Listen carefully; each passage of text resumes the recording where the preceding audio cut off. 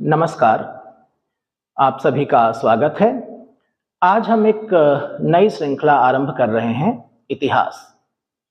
जैसा कि पिछले अपने कुछ लेक्चर्स में मैंने आपको बताया था कि हम इतिहास का एक नया श्रृंखला आरंभ करेंगे और ये श्रृंखला उन सभी लोगों के लिए बहुत लाभदायक होगी जो इतिहास विषय को समझना चाहते हैं। खास तौर पर जो इतिहास विषय को लेकर के यूपीएससी आईएएस की परीक्षा में बैठना चाहते हैं वैकल्पिक विषय के तौर पर, या फिर वो नेट जेआरएफ परीक्षा की तैयारी कर रहे हैं, या फिर उच्च शिक्षा के छात्र हैं, हमारे जो पोस्ट ग्रेजुएशन के स्टूडेंट हैं एमए के, उनके लिए लाभदायक है। और प्रत्येक उस व्यक्ति के लिए जो इतिहास को समझना चाहता है। इस श्रृंखला में बिल्कुल बुनियादी लेवल से हम लोग इसको समझाएंगे। इतिहास क्या है से लेकर के और इतिहास में क्या क्या हम अध्ययन करते हैं, वो संपूर्ण चीजें इसमें हम कवर करेंगे। तो आरंभ करते हैं। इतिहास या जैसा कि हमारे पास इंग्लिश का वर्ड है हिस्ट्री। तो इतिहास का जो जिक्र है, पहला जिक्र जो है वो अथर्ववेद में है। इस शब्द का जिक्र अथर्ववेद में है। लेकिन इतिहास है क्या? ये बहुत ही एक बुनियादी प्रश्न है कि इतिहास क्या है। कई लोगों का ये मानना है कि इतिहास बहुत बोरिंग है और कितना भी आप उसको याद रखने की कोशिश करिए वो दिमाग से निकल जाता है। तो इसका एक बुनियादी कारण है, जब तक आप तथ्यों को, फैक्ट्स को रटते रहेंगे तब तक वो दिमाग से निकल जाएंगे। आप रात भर उसको पढ़िए, सुबह होते होते वो दिमाग से निकल जाएगा। तो अगर आपको समझ है विषय की, इतिहास की समझ है, अगर आपको घटनाओं के कारणों के बारे में पता है कि कोई भी घटना क्यों घटित हुई है, तो वो आपके दिमाग में रहेगा। तो एक तो आपको इतिहास की समझ विकसित करनी होगी, उसके बाद याद करना होगा। याद तो करना ही पड़ेगा लेकिन समझने के बाद। और दूसरा, लोग ये भी कहते हैं कि इतिहास को पढ़ना ही क्यों, इतिहास गड़े मुर्दे उखाड़ने का फायदा क्या है। तो जैसा कि आप सभी लोग जानते हैं कि एक बेहतर भविष्य किसको नहीं चाहिए। एक इंडिविजुअल, एक व्यक्ति को, एक परिवार को, एक समुदाय को, पूरे राष्ट्र को, सभी लोग एक बेहतर भविष्य की आशा में अपने कार्य करते हैं। और आपने ये भी पढ़ा होगा कि आप आज जो करते हैं, आपका जो वर्तमान है, उससे आपके भविष्य का निर्माण होता है। तो आपका वर्तमान अच्छे से चले, अपने आज में आप कोई गलती ना करें जिससे कि आपका भविष्य ना बिगड़े, उसके लिए बहुत जरूरी है कि भूतकाल में जो हो चुका है, अतीत में जो हो चुका है, उसका अध्ययन किया जाए, उन घटनाओं का विश्लेषण किया जाए कि हमें कैसे अपने वर्तमान को लेकर के चलना है। तो इतिहास का अध्ययन भविष्य के लिए जरूरी है। तो इतिहास क्या है, और उससे भी ज्यादा इंपॉर्टेंट कि इतिहास में क्या है। अर्थात एक तो हो गया कि इतिहास है क्या, दूसरा इतिहास में क्या है। तो इतिहास क्या है ये समझने के लिए जरा हमें पहले इसके शाब्दिक अर्थ पर जाना होगा। और शाब्दिक अर्थ की जब हम बात करते हैं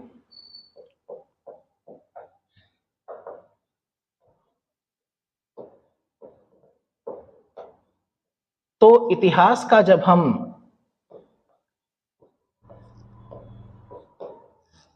इतिहास को अलग अलग करके देखते हैं तो इति प्लस हा प्लस सा। तो इति प्लस हा प्लस सा संस्कृत में अर्थ हो जाता है ऐसा निश्चित रूप से हुआ था, या ऐसा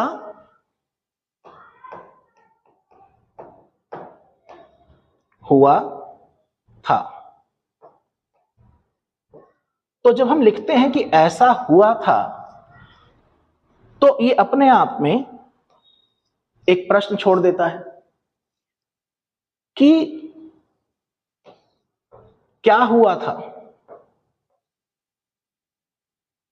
तो ऐसा हुआ था, तो कैसा हुआ था या क्या हुआ था? तो क्या हुआ था या कैसा हुआ था को समझने के लिए हमें यह देखना होगा कि इतिहास में हम अध्ययन किसका करते हैं, इतिहास विषय के अंदर हम क्या समझने की कोशिश करते हैं। तो यहां पर आप देखिए, जब हम कहते हैं कि इतिहास में क्या है,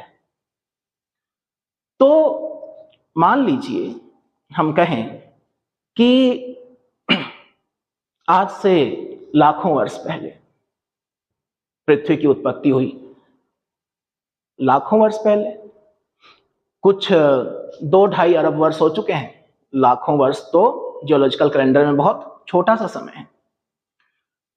तो पृथ्वी की उत्पत्ति के बाद से जितनी भी घटनाएं घटित हुई हैं, क्या वो सब इतिहास का विषय होंगी? हिमालय पर्वत के निर्माण से लेकर के और राजस्थान के मरुस्थल तक, और विभिन्न प्रकार के वनस्पतियों का उगना, फिर जीव जंतुओं की उत्पत्ति, क्या ये सब इतिहास का विषय है? तो हो सकता है अलग अलग सब्जेक्ट में वो इतिहास का विषय हो, लेकिन मोटे तौर पर वो इस इतिहास का विषय नहीं है। क्योंकि हमें मुख्य तौर पर मानवीय गतिविधियों से लेना देना है। हमारा जो क्या है उसका जवाब मनुष्य की गतिविधियों में छुपा हुआ है। तो मनुष्य की उत्पत्ति से लेकर के, मानव जाति के उद्भव से लेकर के, और उसके बाद जो भी उसका इतिहास है, जो भी उसके जीवन में घटनाएं घटित हुई हैं, वो सब इतिहास का विषय हो जाएंगी। तो जब हम कहते हैं कि ऐसा निश्चित तौर पर हुआ था, तो हमारा तात्पर्य होता है कि मानव समुदाय के जीवन में, मनुष्यों के जीवन में जो कुछ भी घटित हुआ है, वो सब हम इतिहास में पढ़ेंगे। यानी संक्षेप में, मानव सभ्यता का इतिहास जो है वो इतिहास का विषय है। तो मानव सभ्यता का इतिहास।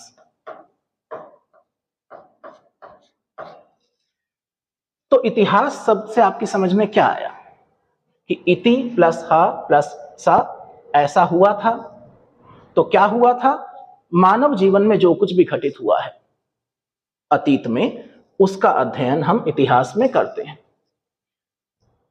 लेकिन क्या बिल्कुल यही मीनिंग इस हिस्ट्री शब्द की भी है? क्या बिल्कुल वही अर्थ जो इतिहास का है संस्कृत में, वही हिस्ट्री वर्ड का भी है इंग्लिश में? तो अंतर है, और एक बुनियादी अंतर है।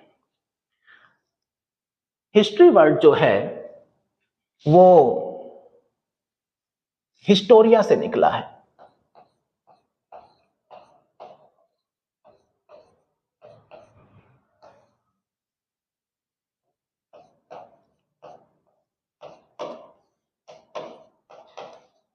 और हिस्टोरिया जो है वो यूनानी, ग्रीक भाषा का शब्द है। और हिस्टोरिया का अर्थ है घटनाक्रम, कॉन्सिक्वेंसेस। तो घटनाक्रम को अगर हम थोड़ा सा समझें तो हमें इसके 3 एलिमेंट दिखाई देंगे। पहला, घटनाएं, या कुछ भी जो घटित हुआ। जैसे मान लीजिए हम पढ़ते हैं इतिहास में कि अलेक्जेंडर, ग्रीक की बात हो रही है, कि अलेक्जेंडर ने भारत पर आक्रमण किया। तो ये एक घटना है। क्या हमारे पास इस घटना का एविडेंस है? क्या हमारे पास इस घटना का कोई साक्ष्य है? और क्या हमें पता है कि ये घटना कब घटित हुई? टाइम, समय। तो हिस्टोरिया जिसका तात्पर्य है कॉन्सिक्वेंसेस से, घटनाक्रम से, उसमें 3 तत्व आ जाएंगे: घटना, उसका एविडेंस या उसका साक्ष्य, और उसका तिथिक्रम। तो जो मुख्य अंतर है ग्रीक और इंडियन अप्रोच में, कि उन्होंने घटनाओं को एक क्रम में लिपिबद्ध किया। भारतीय और ग्रीक जो शब्द हैं, यानी कि इतिहास और हिस्टोरिया में जो अंतर है, वो मूल अंतर है तिथियों का। इतिहास में तिथियां नहीं हैं, घटनाओं के क्रमबद्ध विवरण नहीं प्राप्त होते हैं। और शायद इसी वजह से कुछ विदेशी लेखकों ने कहा कि प्राचीन भारतीयों में हिस्टोरिकल सेंस या इतिहास लेखन की समझ नहीं थी, इतिहास लेखन का अभाव था। एक विद्वान लोएस डिकिंसन ने कहा कि हिंदू इतिहासकार नहीं थे। तो जब हम अगले अपने लेक्चर्स में जाएंगे, जहां पर हम हिस्ट्री के सोर्सेज वगैरह पढ़ेंगे, तो वहां पर हम इस पर चर्चा करेंगे कि क्या वास्तव में विदेशियों का ये मत ठीक है कि हिंदू इतिहासकार नहीं थे, या प्राचीन भारतीयों में इतिहास लेखन का अभाव पाया जाता है, कहां तक वो सही थे। लेकिन एक मामले में हाँ, कि प्राचीन भारत में जो घटनाएं हैं उनको एक क्रमबद्ध तरीके से नहीं लिखा गया, तिथियों का अभाव है, और ये मानने में कोई बुराई नहीं है। तो अभी तक जो आपकी समझ में आया कि इतिहास शब्द का क्या अर्थ है, और हिस्ट्री जो कि हिस्टोरिया वर्ड से निकला है उसका क्या अर्थ है, तो मुझे उम्मीद है कि अब आपको यह स्पष्ट हो गया होगा कि इतिहास क्या है। घटनाओं का एक क्रमबद्ध अध्ययन। और किन घटनाओं का? मानव जीवन की घटनाओं का, मानव सभ्यता का अध्ययन इतिहास का विषय है। अब इसके बाद हमें यह देखना है कि क्या क्या पढ़ना है इसमें। ये तो ठीक है कि मानव सभ्यता का इतिहास हमें पढ़ना है, तो मानव सभ्यता के इतिहास में हमें क्या क्या पढ़ना है? तो हम क्या करते हैं, वर्गीकरण कर देते हैं। वर्गीकरण से क्या तात्पर्य है? हम इतिहास को विभाजित करते हैं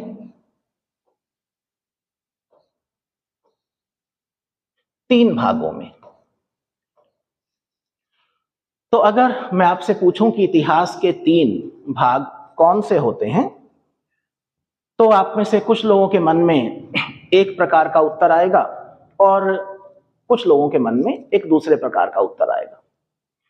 कुछ लोग जल्दबाजी में बोलेंगे कि इतिहास तो प्राचीन, मध्य और आधुनिक काल में बटा हुआ होता है, ये इतिहास के 3 भाग होते हैं। लेकिन प्राचीन, मध्य और आधुनिक काल, एंशिएंट, मिडिवल एंड मॉडर्न, ये आपका सिलेबस बटा हुआ है, ना कि इतिहास। तो इतिहास के 3 भाग ये नहीं हैं। लेकिन जिन लोगों के दिमाग में उत्तर आया pre historic, proto history and history, तो ये बिल्कुल सही उत्तर है। तो कभी भी कोई आपसे पूछे कि इतिहास के 3 भाग कौन से हैं, तो एंशिएंट, मिडिवल, मॉडर्न मत बताइए। उन्हें बताइए कि इतिहास के 3 भाग हैं: प्रागैतिहास,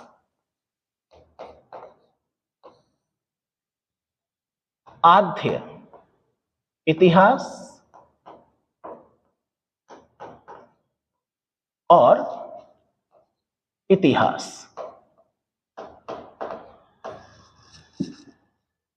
इनका अर्थ क्या है? प्रागैतिहास, जिसे कि हम इंग्लिश में प्री हिस्ट्री कह सकते हैं या प्री हिस्टोरिक एज भी बोलते हैं। आद्य इतिहास के लिए हमारे पास शब्द है प्रोटो हिस्ट्री, और इतिहास तो आप जानते ही हैं, हिस्ट्री। तो प्रागैतिहास या प्रोटो हिस्ट्री या हिस्ट्री में अंतर कैसे किया जाए, इन सब शब्दों के अर्थ क्या हैं? तो एक बहुत ही बुनियादी अंतर, बहुत आसानी से आप लोग के समझ में आ जाएगा कि ये विभाजन या क्लासिफिकेशन क्यों किया गया है। अगर कभी भी आपसे कोई पूछे कि एक ऐसे आविष्कार का नाम बताइए, यूं तो मानव सभ्यता का जो विकास का क्रम है उसमें एक से बढ़कर के एक आविष्कार हुए हैं, लेकिन एक ऐसा आविष्कार जिसको आप नंबर 1 रखना चाहें, जिसने मानव जगत में क्रांति ला दी, तो लोगों के मन में बहुत सारे तुरंत लाइट से लेकर के, रेलवे के इंजन से लेकर के और तमाम चीजें, लेकिन स्क्रिप्ट,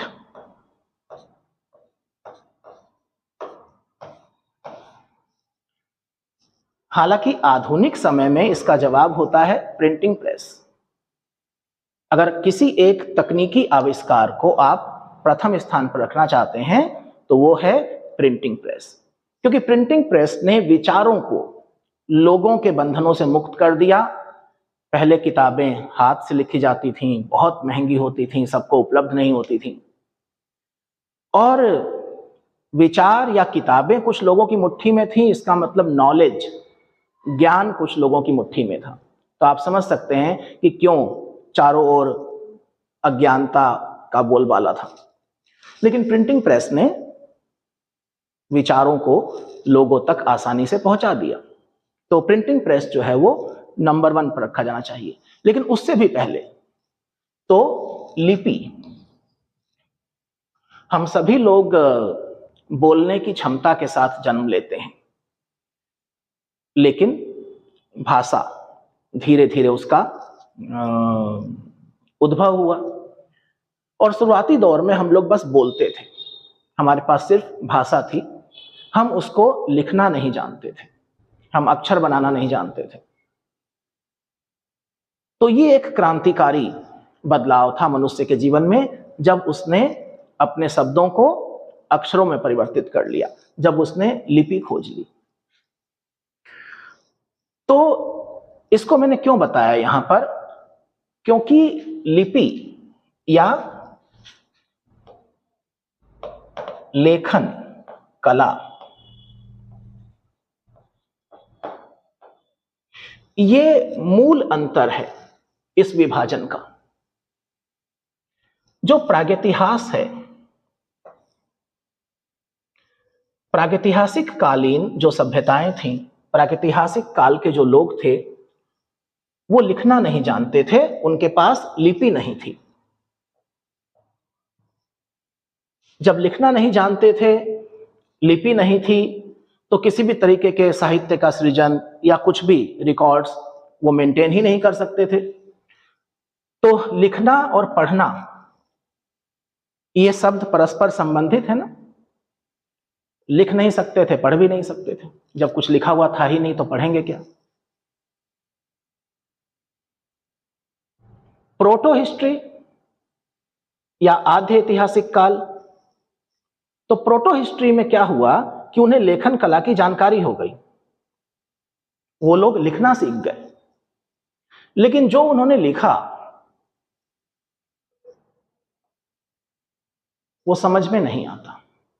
अर्थात उन्होंने लिखा तो, उनके पास लिपि तो है, लेकिन हम उसको डिकोड करने में, हम उसको पढ़ पाने में अभी तक असफल हैं। और पूरी दुनिया में ऐसी बहुत सारे एविडेंस हैं हमारे पास, जहां पर लिखा हुआ है, पत्थरों के ऊपर लिखा हुआ है, अभिलेख हैं, लेकिन हम उसको पढ़ने में सक्षम नहीं। और इतिहास, हमारे पास लिखित में घटनाओं का विवरण है। हमने अभी इतिहास की क्या परिभाषा दी थी कि मानव सभ्यता, मानव जीवन की जो घटनाएं हैं उनका एक क्रमिक विवरण, तिथि अनुसार विवरण। तो वो तिथि अनुसार विवरण हमारे पास है और हम उसको पढ़ भी पाते हैं। तो मूल अंतर प्रागइतिहास, आद्य इतिहास और इतिहास का क्या हो गया? लिपि या लेखन कला। हमारे पास लिपि नहीं है, हम लिखना पढ़ना नहीं जानते। हमारे पास लिपि है, हम लिखना जानते हैं, लेकिन भावी पीढ़ियां उसको पढ़ने में सक्षम नहीं। और इतिहास हम लिखना भी जानते हैं और उसको पढ़ना भी जानते हैं। तो ये तीन विभाजन। अब बहुत थोड़ा सा हम ये देखें कि इतिहास के इन तीन चरणों में कौन कौन से टॉपिक हमें आगे चल करके पढ़ने होंगे, या वो कौन कौन सी सभ्यताएं हैं, कौन कौन से युग हैं जहां पर हम जिनको हम इनके अंदर रख सकते हैं। तो देखिए, प्रागइतिहास, ये जो प्राग शब्द है, इतिहास, इसका भी अगर विभाजन कर दिया जाए तो प्राग का मतलब है पूर्व, पहले। किससे पहले? इतिहास से पहले, अर्थात वो जो लिखित लेखन कला की जानकारी वाला जो युग है उससे पहले का युग। तो इंग्लिश में देखिए प्री हिस्ट्री, इतिहास से पहले का युग। तो इतिहास से पहले का जो युग है हमारे पास, वो तो एक ही है जिसको हम स्टोन एज बोलते हैं, पाषाण युग या स्टोन एज। और इससे आप 6th क्लास में परिचित हो जाते हैं, पाषाण युग। फिर इसका विभाजन कर दिया जाता है स्टोन एज का कि पूरा पाषाण युग, पैलियोलिथिक एज, मीजोलिथिक एज और नियोलिथिक एज। लिथिक एक शब्द है जिसका अर्थ होता है स्टोन। तो पैलियोलिथिक, मीजोलिथिक और नियोलिथिक। तो प्रागइतिहास में हमारे पास ये एक टॉपिक है जिसको हम पढ़ते हैं। और इतिहास में वो पूरा इतिहास है जिसका लिखित विवरण हमारे पास है। अगर हम भारत के संदर्भ में बात करें तो फिर आर्य सभ्यता से लेकर के पूर्व मौर्य काल, मौर्योत्तर काल, सुंग कुषाण, इंडो ग्रीक से लेकर के और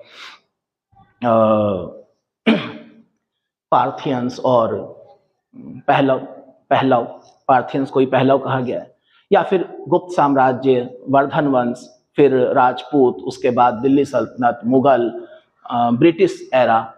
ये पूरा इतिहास के अंतर्गत आ जाता है। लेकिन प्रोटो क्या है? आद्य इतिहास। तो प्रोटो मतलब आधा, एक तरीके से। आप देखिए यहां पर 2 क्रॉस हैं, 2 यस हैं। न लिखना जानते हैं न पढ़ना जानते हैं। लिखना भी जानते हैं, पढ़ना भी जानते हैं, या जो इन्होंने लिखा है उसको हम पढ़ पा रहे हैं। इन्होंने कुछ लिखा ही नहीं तो कोई पढ़ने का सवाल ही नहीं। यहां पर क्या समस्या है कि जो कुछ भी इन लोगों ने लिखा उसको हम पढ़ने में सक्षम नहीं हैं। तो क्या कोई ऐसी सभ्यता है जिसको हम इसके अंतर्गत रख सकते हैं? आप में से कई लोगों का जवाब आ गया होगा। एक ही सभ्यता है हिंदुस्तान में,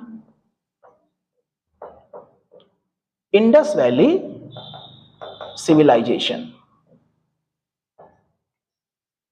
सिंधु घाटी की सभ्यता, या जिसको हम हड़प्पा की सभ्यता के नाम से जानते हैं, उसको हम इस प्रोटो हिस्ट्री में या आद्य इतिहास में पढ़ते हैं। अब ऐसा क्या सिंधु घाटी सभ्यता के लोगों ने लिखा जो हम पढ़ नहीं पाते? तो उसके कई कारण हैं कि हम क्यों सिंधु घाटी सभ्यता की जो लिपि है, जो स्क्रिप्ट है, उसको पढ़ नहीं पाते हैं। और जब हम सिंधु घाटी सभ्यता का चैप्टर पढ़ेंगे, हमारे जो अगले लेक्चर होंगे, तो उस सीरीज में हम पहले सोर्सेज की बात करेंगे कि भारतीय इतिहास को जानने के साधन क्या हैं। फिर हम ये समझेंगे कि जो ये प्री हिस्टोरिक एरा है, जो पाषाण युग है, ये क्या है, और उसके बाद फिर हम इंडस वैली सिविलाइजेशन को पढ़ेंगे। लेकिन थोड़ा सा यहां पर मैं आपको एक अतिरिक्त जानकारी दे दूं कि आखिर ऐसा क्या खास है इस स्क्रिप्ट में जो पूरी दुनिया के इतिहास के विद्वानों के बीच में ये न सिर्फ चर्चा का विषय है बल्कि रिसर्च का भी विषय है। तो प्रोटो हिस्ट्री का हिंदुस्तान में जो सबसे बढ़िया एग्जाम्पल है वो है सिंधु घाटी की सभ्यता। इसलिए भी थोड़ा सा आपको यहां पर मैं इसकी स्क्रिप्ट के बारे में बता दूं कि जो मूल अंतर है कि भाई क्यों हम कह रहे हैं कि ये प्रोटो है, तो वो तो हम लिपि के आधार पर ही कह रहे हैं, और तो कोई हमारे पास कारण है नहीं कि इसको हम क्यों आधे ऐतिहासिक काल में रखें। इसको प्रोटो हिस्ट्री कहा ही इसलिए जा रहा है क्योंकि लिपि है लेकिन हम उसको पढ़ने में सफल नहीं हुए हैं। तो ऐसा क्यों हुआ है? आप लोगों ने एनसीईआरटी से लेकर के और जो लोग आप में इतिहास के स्टूडेंट हैं, तो अधिकतर किताबों में जब हड़प्पा सभ्यता पढ़ाई जाती है तो कुछ एग्जाम्पल उसकी स्क्रिप्ट के बना दिए जाते हैं। तो आपने देखा होगा कि वो एग्जाम्पल कुछ इस तरीके से बनते हैं।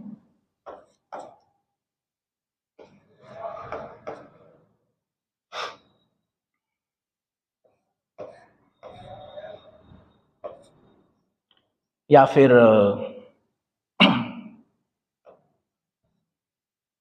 कुछ इस तरीके से, कुछ इस तरीके से। अब यहां पर समस्या क्या है हमारे पास कि या उन्होंने ऐसे बना दिया।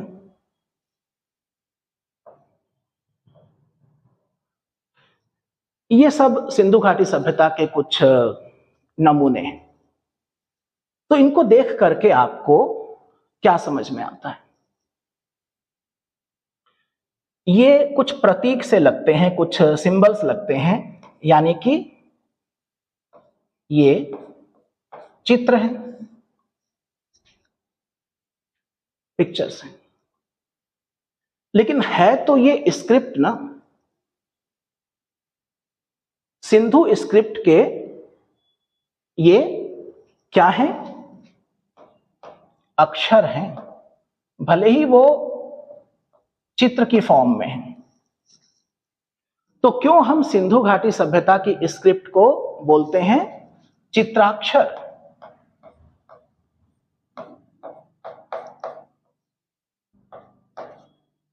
चित्राक्षर या पिक्टोग्राफ। चित्रों को अक्षरों की तरह प्रयोग किया गया है। दुनिया में ये इकलौती सभ्यता नहीं है जिसने पिक्टोग्राफ या चित्राक्षर लिपि का प्रयोग किया है, और भी सभ्यताएं हैं। उसमें से कुछ की लिपि पढ़ ली गई, इनकी नहीं पढ़ी जा सकी। तो कई कारण हैं, जिसमें से एक कारण की तरफ मैं आपका ध्यान आकर्षित करूं। हम जब देवनागरी स्क्रिप्ट लिखते हैं, हम हिंदी लिखते हैं, या जब हम उर्दू लिखते हैं, तो जब हम हिंदी लिखते हैं तो हम लेफ्ट टू राइट लिखते हैं ना, हम ऐसे लिखते हैं। हम उर्दू लिखते हैं तो राइट टू लेफ्ट लिखते हैं, हम ऐसे लिखते हैं, राइट टू लेफ्ट। तो जो इंडस स्क्रिप्ट है ये राइट,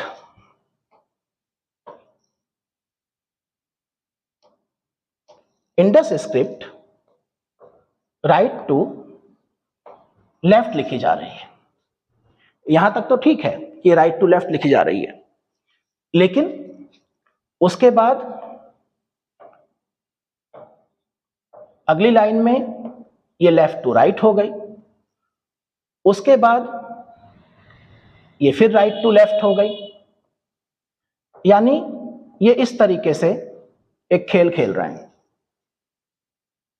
हर अगली लाइन रिवर्स हो जाती है, right left, left right, right left. इस सिस्टम को बोलते हैं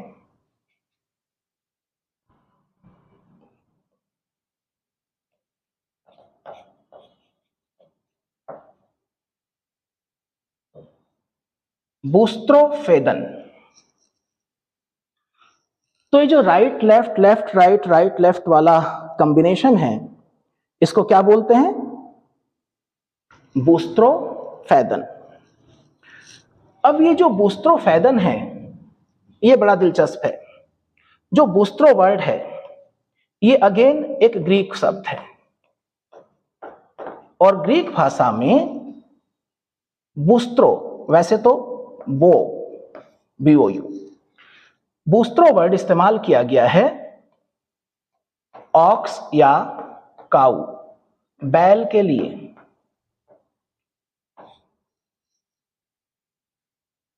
बूस्ट्रोफेदन में बूस्ट्रो क्या है? बैल है, ऑक्स है। तो बैल जब किसी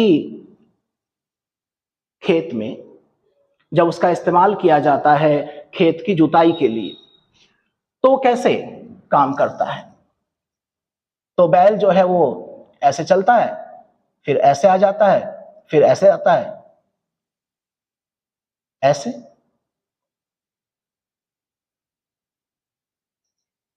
इसी को यहां पर देखिए, तो बूस्ट्रोफेदन। तो ये चित्राक्षर है, फिर इसमें लगातार लाइनें बदलती रहती हैं, बूस्ट्रोफेदन मेथड है। इस बूस्ट्रोफेदन मेथड को हिंदी में हमारे पास शब्द है गौ मूत्रिका लिपि।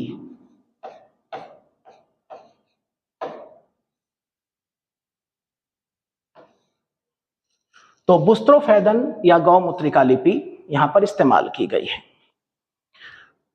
तो अभी तक इसके ऊपर काफी रिसर्च वर्क हुए हैं, लेकिन पूरी तरीके से इसको पढ़ना संभव नहीं हो पाया है। बाकी इसकी डिटेल हम लोग सिंधु घाटी सभ्यता में पढ़ेंगे।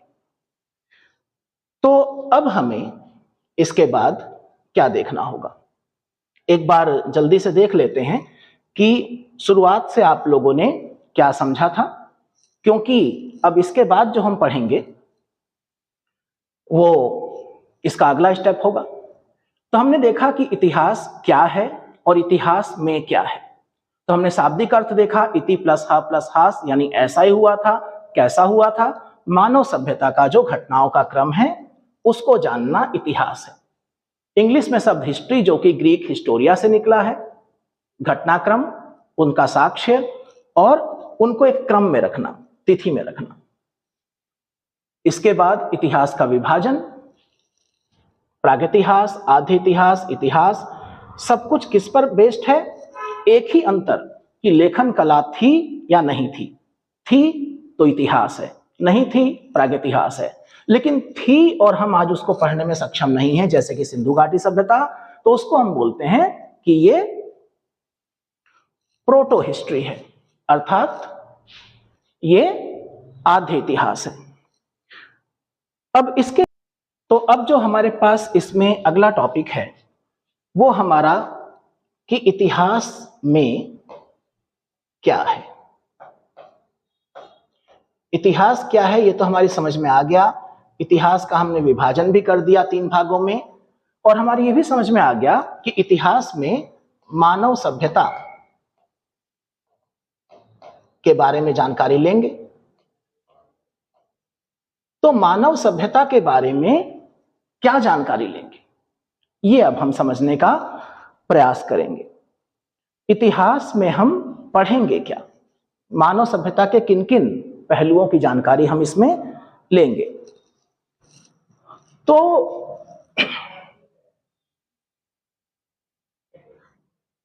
इतिहास में कुछ भी हो,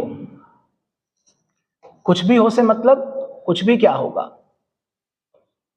केंद्र में तो हमेशा एक घटना होगी, चाहे किसी साम्राज्य का उत्थान हो, चाहे किसी साम्राज्य का पतन हो, चाहे ग्रामीण समुदायों का घुमक्कड़पन हो, और घुमक्कड़पन खत्म हो तो वो ग्रामीण समुदाय या नगरीय समुदायों में परिवर्तित हो जाए, कुछ भी हो, प्रत्येक घटना के 4 संदर्भ होते हैं। तो हमारा जो सब्जेक्ट मैटर है कि इतिहास में हमें मानव जीवन की किन घटनाओं को पढ़ना चाहिए, तो जो राजनीतिक घटनाएं हैं हमें उनको पढ़ना चाहिए। जो कॉन्टेम्परेरी समाज है हमें सामाजिक घटनाओं को देखना होता है। हमें उस समय की अर्थव्यवस्था को देखना होता है, और ये बहुत महत्वपूर्ण है, अर्थव्यवस्था और धर्म। कहा जाता है कि इतिहास में यही 4 आधारभूत तत्व हैं: political condition, social condition, economic condition and religious condition, अर्थात राजनीतिक दशा, सामाजिक दशा, आर्थिक दशा और धार्मिक दशा। कोई भी घटना इन कारणों का सम्मिलित परिणाम हो सकती है, कम ज्यादा हो सकता है, कोई तत्व ज्यादा हो जाए, कोई तत्व कम हो जाए, और ये रिवर्स एक्शन में भी काम करती है। जब कोई घटना इन्हीं कारणों से घट जाती है तो वो इन्हीं 4 तत्वों को प्रभावित भी करती है। तो थोड़ा थोड़ा समझ लेते हैं कि राजनीतिक, धार्मिक, सामाजिक और आर्थिक स्थिति में हमें पढ़ना क्या है।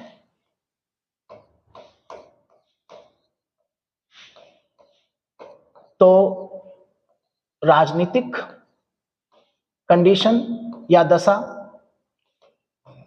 सामाजिक दशा। देखिए, आज का जो लेक्चर है वो बहुत ही बुनियादी है।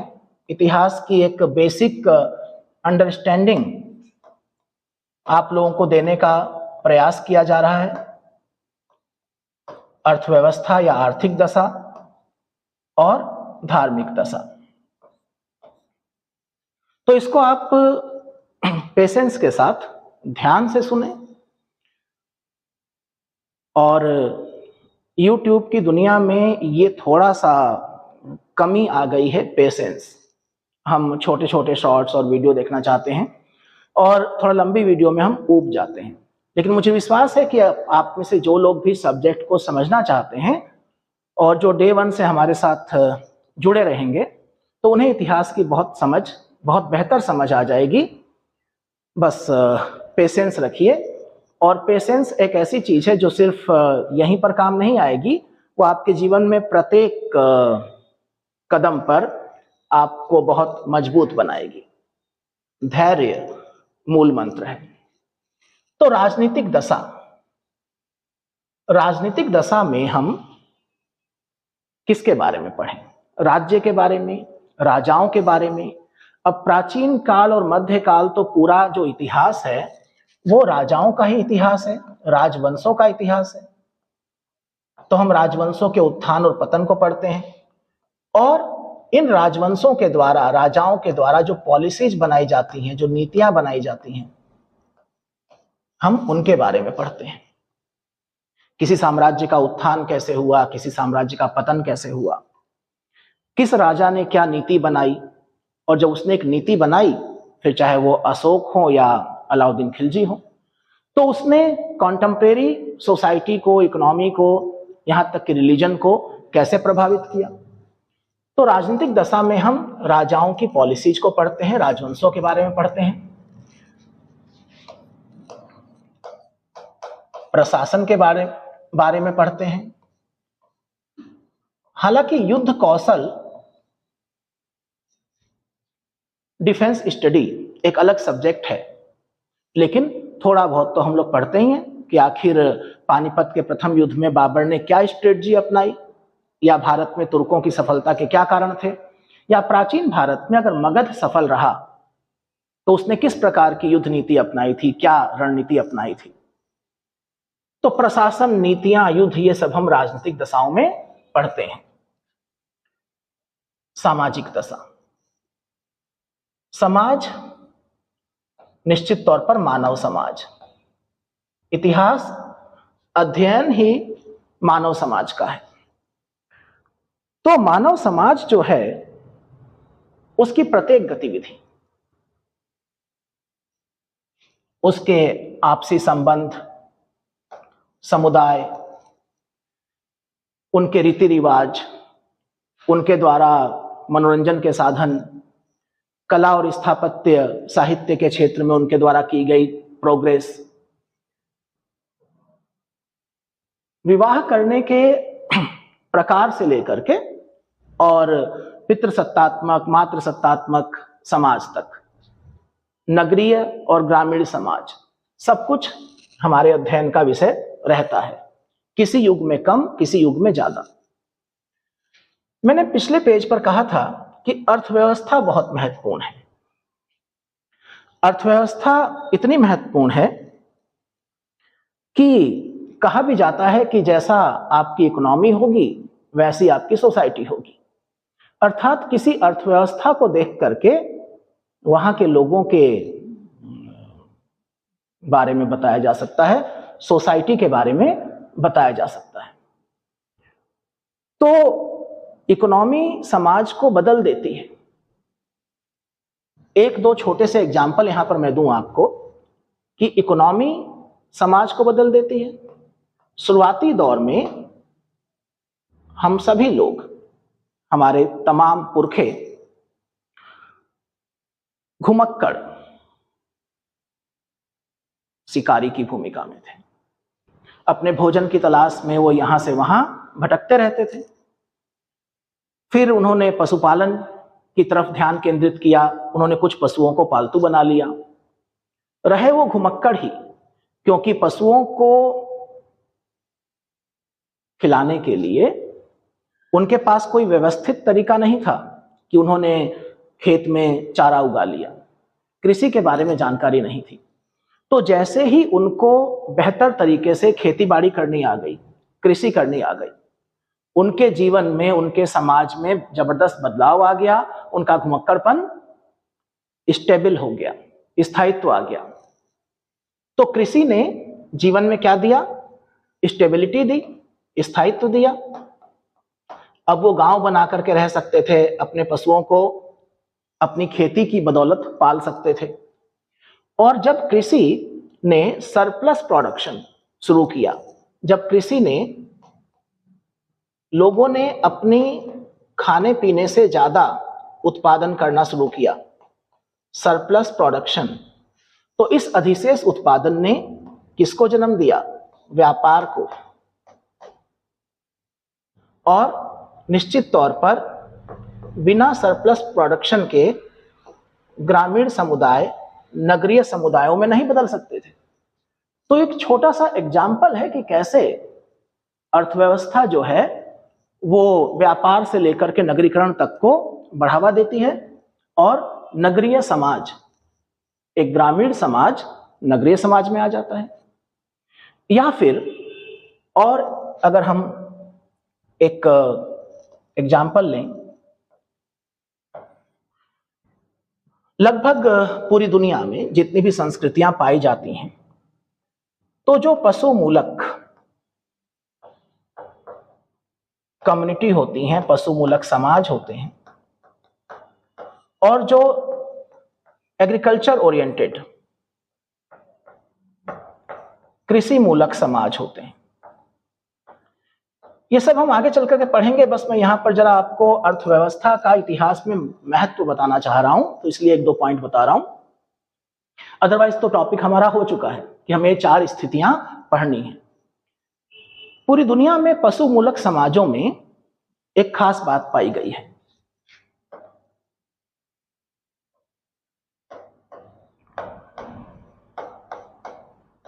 पशु मूलक समाजों में महिलाएं एक बेहतर स्थिति में है। पशु मूलक समाजों में महिलाएं बेहतर स्थिति में है। कारण इकोनॉमी में उनकी बराबर की या बराबर से ज्यादा भागीदारी है।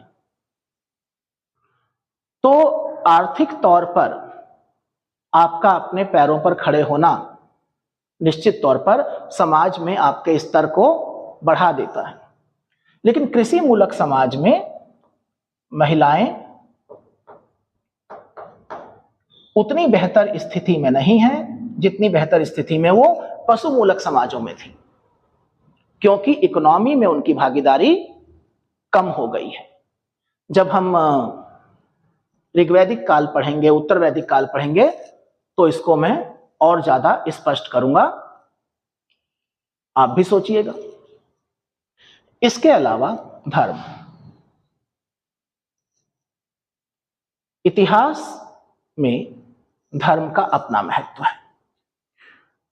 तो राजनीतिक जीवन, सामाजिक जीवन, तत्कालीन अर्थव्यवस्था जो कि आप देख रहे हो किस प्रकार से समाज को बदल रही है, और अर्थव्यवस्था सिर्फ सोसाइटी को ही नहीं बदलेगी, ये राजाओं की दशा को भी बदल देगी।